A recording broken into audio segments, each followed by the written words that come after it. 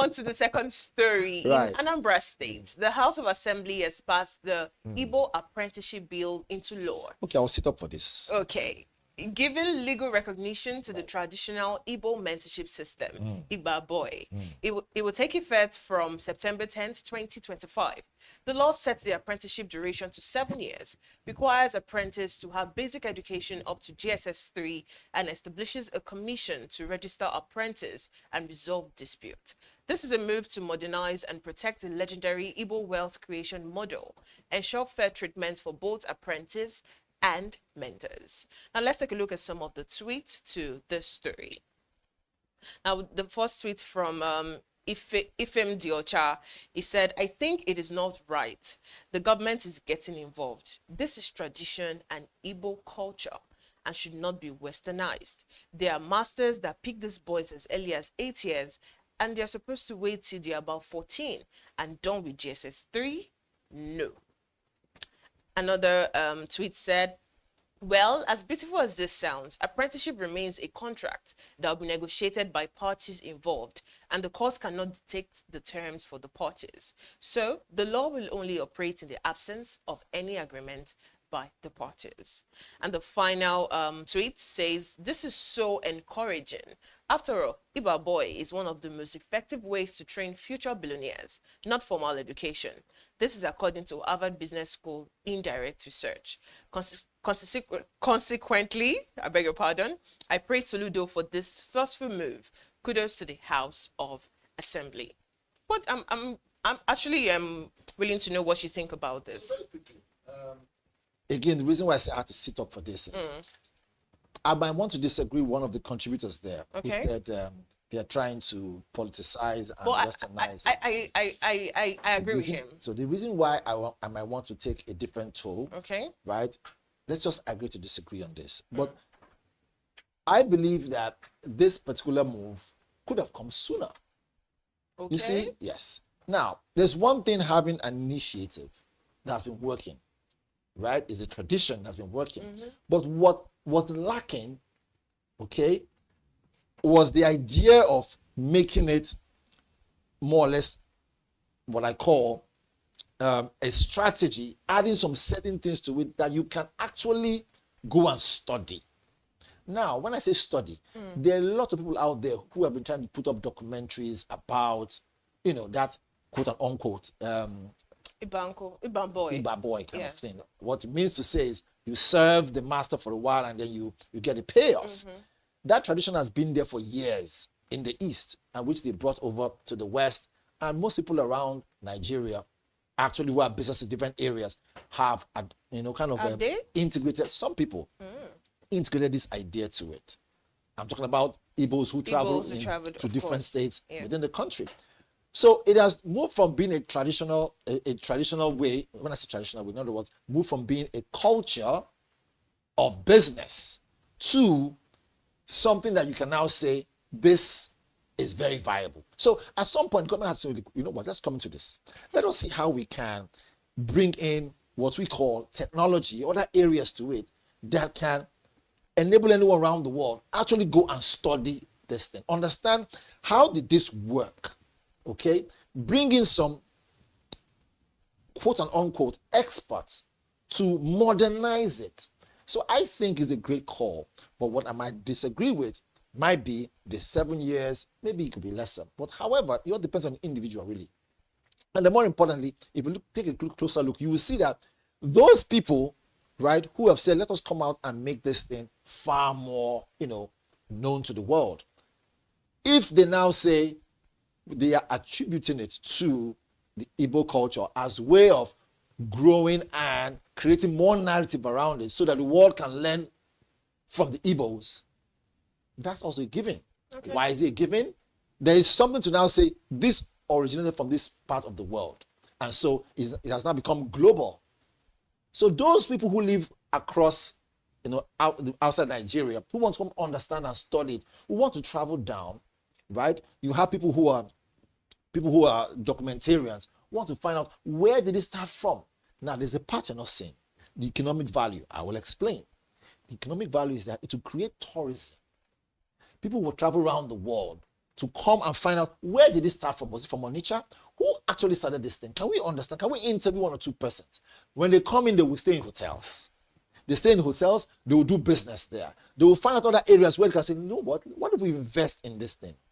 So I think it's a welcome call to globalize it, okay? And use that to drag in a lot of foreign investors. Come and learn how this so-called loyalty in a local way can create room, right, for global trade. However, believe it or not, it has been in existence way before time, way before now. The thing is, at some point, it wasn't well documented. Now, these people now, these so-called omaters in Onitsha market and businessmen who are within that area, now felt, let's make it far more clearer, okay? If this person cannot be taken good care of by his or her parents and then their things are tough, come and learn this trade.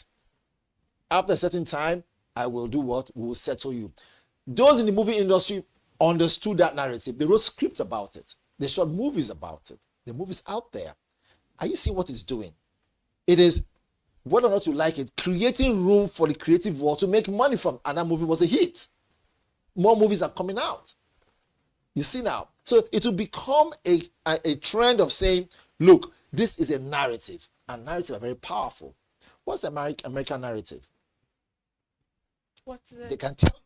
Very simple. Americans are very proud people. The pride that surrounds the flag is nothing to play with. So you see now. Let me You know, so if you have something you can say, this is the pride of the nation, pride of this region.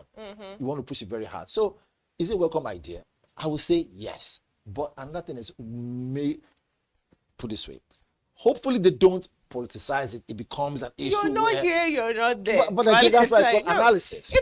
If they are saying they want to come into it, obviously you know they are going to politicize. First of all, it is wrong for you to actually bring politics, bring legal recognition into tradition.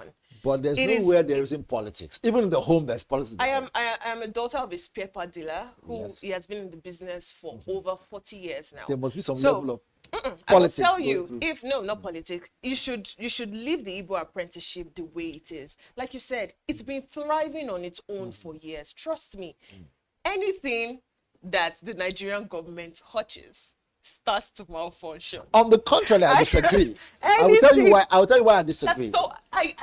They should leave the Igbo Apprenticeship the way it is. It's been going well. I know Let me help you many people who have actually passed through this and they're living life so well. The Igbo Apprenticeship, they also have their own police, their own elders who actually solve issues. When there's issue of you settling the 7 years, extending the 7 years or not extending it, they have all this in place. Do you so know, just leave them to it. So do you know, before now, right? The idea of granite, plantation and all that, agricultural layout before oil was discovered in the north, where you see pyramids of granite. Dangote's father was a trader, and Dan Tata at that time. These are people who were in the 60s, 50s, 60s, right? Let me tell you, just where you have the tradition or culture of, come and serve your master, serve your master here. Okay. They had theirs too. But guess what? At some point, they said, how do we modernize this in such a way that we can create kings and queens of this business in such a way that they can take our name far away? Dangote, Aliko Dangote, was born. I'm not saying born as a come to the earth. After he was born, he was monopolized. But you even know at that. Okay, wait. Now in Nigeria, where has the granite business taken us to? Ever since. In case you have no idea. Yes. We're still exporting granite. We're still exporting what's it called? Millets and all those things. Are you aware? We export to West African countries. Most definitely. I'm making money. Making what money? The GDP is increasing. Really? Should we go and But check? anyways. So in this case of, serve your master kind Okay. of trend, right? I'm of the opinion that the government, if they're going to come in, which they have already, identified with, it shouldn't be politicized. Exactly. However, if they're going to bring in funds to fund it, it's a welcome idea. You make me laugh. It's a welcome idea. You really Fund what we want. fund it, and let a lot of people who might not have opportunity of going to, what we call tertiary at the time, be able to say, I want to serve under this master. And at the long run, you forget that the people who actually go ahead and learn this trade are people who their parents can afford education. You know that, and that is why from as little as 8 years old, they give you up to your master, so you can actually like become something. So they're saying hold on. So the government comes in and brings money and say, look, we want to support this particular structure. You know me and you and I why know they're not. they? Because now the criteria is you have to have been in GSS 3 before you actually allowed to. How many people in the rural area can afford to even afford education to primary state? So this is the part now. This is the part that we're not seeing. The government is saying you must get to this level of education. Do you know why? Because once you get involved in this trade, there's a huge tendency that you will let go of your education. They don't want will that. give these people the education? That's not what do you think about this? Let me help you now. You see, education is not only about going to the class. No, they said GSS 3 is going to the class. My point is this: see, education cuts across board. What is education really? It has to do with you learning how to be a better person, character, obviously in the same learning too, and so you can deal with life issues moving forward. But you said GSS 3. But however, if you look closely, there is a given there. And what is the given? The given is the federal government is saying, or the state government is saying, look, get to this level of education. And mind you, there is some level of stipends that helps pupils get to that level of education that the government comes and subsidizes. Can you name one? But they do now. They do that. That's why. Okay, that's why we got now. Let's wrap it up now. Almost done. So that's why they say, look, get to this level of education first. So that way you are a little bit sound enough to be able to handle some certain areas. So if it is skilled work you're learning, if it's a trade under your master, you already have basic education. I rest my case. All right.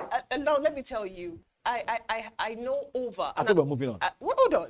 I know over 100 people that have benefited from this Igba Boy initiative. Okay. And I must tell you, if I know over 100, now I must tell you that they didn't have the funds to even enroll in primary school. Okay. And that is why these Igbo men will go down to the village to pick these boys, because there's nothing like education. And if the government now says that we will subsidize, then we will help them out. They will Would you tell the government not to come? So does that mean, okay, they'll start building schools, right? From the primary level up to the secondary level. So these people can actually, go with their masters. Which is why we have. Is that what you're saying? Does that sound feasible to you? Which is why we have internally generated revenue of each state. So that money now they've now come out to say, we recognize you guys, which means that there will be allocation forwarded towards that angle to fund it. All right. Let's move on. I'm sure the Anambra State government are watching, and that's my state party. No wonder. All right, thank you so much, Valentine, for your insight this morning on the social listening. And this is where we wrap up today's social listening. We've covered story of a Nigerian teen who won a global English competition and Anambra formalizing its apprenticeship system. It's been really interesting here on the BusinessDay television, and I am Deborah Eze. And with me, of course, was Onyeka Valentine. Thank you very much for watching BDTV. Have a nice weekend and join us again next week. Thank you.